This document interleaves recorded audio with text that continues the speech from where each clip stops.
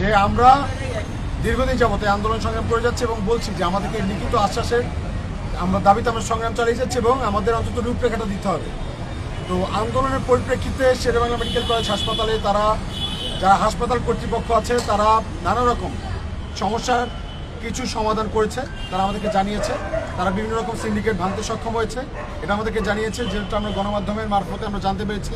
তারা অ্যাম্বুলেন্সের সিন্ডিকেট ভাঙতে সক্ষম হয়েছে, তারা 100টা প্রায় সিলিং ফ্যান লাগিয়েছে, তারা রোগীর অবস্থা বুঝে তারা আমাদের অভিযোগের ভিত্তিতে তারা ওয়ার্ড মাস্টার সহ একাধিক স্টাফকে বহিষ্কার করেছে। তারা হরিজন সম্প্রদায়ের কিছু লোক 46 জন ব্যক্তিকে নিয়োগ দিয়েছে টয়লেট পরিষ্কার করার জন্য। তারপর হচ্ছে তারা আরও অনেক রকম সমস্যার সমাধান করেছে, এই মর্মে তারা আমাদেরকে জানিয়েছে এবং সাথে করে তারা আরও অনেক রকম সমস্যার সমাধান করেছে এবং করবে। এবং তারা নির্দিষ্ট টাইম ফ্রেম দেওয়ার জন্য আমাদেরকে একটা রূপরেখা দিয়েছে শেরেবাংলা মেডিকেল কলেজ হাসপাতাল কর্তৃপক্ষ।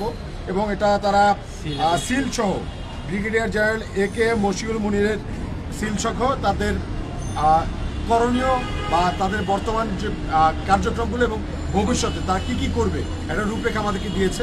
এবং সেটা পর্যালোচনা করে আমরা আপনাদেরকে কিছু বিষয় জানাতে চাই যে আমরা শেরেবাংলা মেডিকেল কলেজ হাসপাতাল সহ বাংলাদেশের সর্বস্তরের নাগরিককে নিয়ে আমরা যে আন্দোলন চালিয়ে যাচ্ছি দীর্ঘদিন যাবৎ, শুধুমাত্র বরিশালের মধ্যে এই আন্দোলন এখন সীমাবদ্ধ নয়, সারা বাংলাদেশের বিভিন্ন জেলা উপজেলায় এই আন্দোলন ইতোমধ্যে গড়ে উঠেছে। আপনারা জানেন যে ইতোমধ্যে মাদারীপুরে এই আন্দোলন কিন্তু চলমান আছে এবং বরিশালবাসীর দাবি পরিপ্রেক্ষিতে এই রূপরেখাটি দেওয়া হয়েছে। তো এটা আমরা বলতে পারি যে এই যে সিন্ডিকেটগুলো ভাঙা হলো বা যে সকল সাময়িক যে সংস্কারগুলো হয়েছে, এটা বরিশালবাসীর দীর্ঘদিনের আন্দোলনের সফলতা এবং এটার সম্পূর্ণ কৃতিত্ব এখানে যারা ভুক্তভোগী আছে এবং আন্দোলনকারী যারা আছে এবং বরিশালবাসী সম্পূর্ণ কৃতিত্ব বরিশালবাসী, আমরা সম্পূর্ণ কৃতিত্ব বরিশালবাসীকে জানাচ্ছি। এবং আপনাদেরকে আমরা বলবো এই যে সিন্ডিকেটগুলো ভাঙা হয়েছে এটা এখন হয়তো বা সাময়িক সময়ের জন্য ভাঙা হয়েছে, কিন্তু ভবিষ্যতে যে এই সিন্ডিকেট আবার মাথা চাড়া দিয়ে উঠবে না, এটার গ্যারান্টি আসলে কে দেবে? এটার গ্যারান্টিও হচ্ছে বা দেখভাল করার দায়িত্ব বরিশালবাসীকে এই দেখভাল করার দায়িত্ব নিয়ে এগুলো দেখভাল করতে হবে।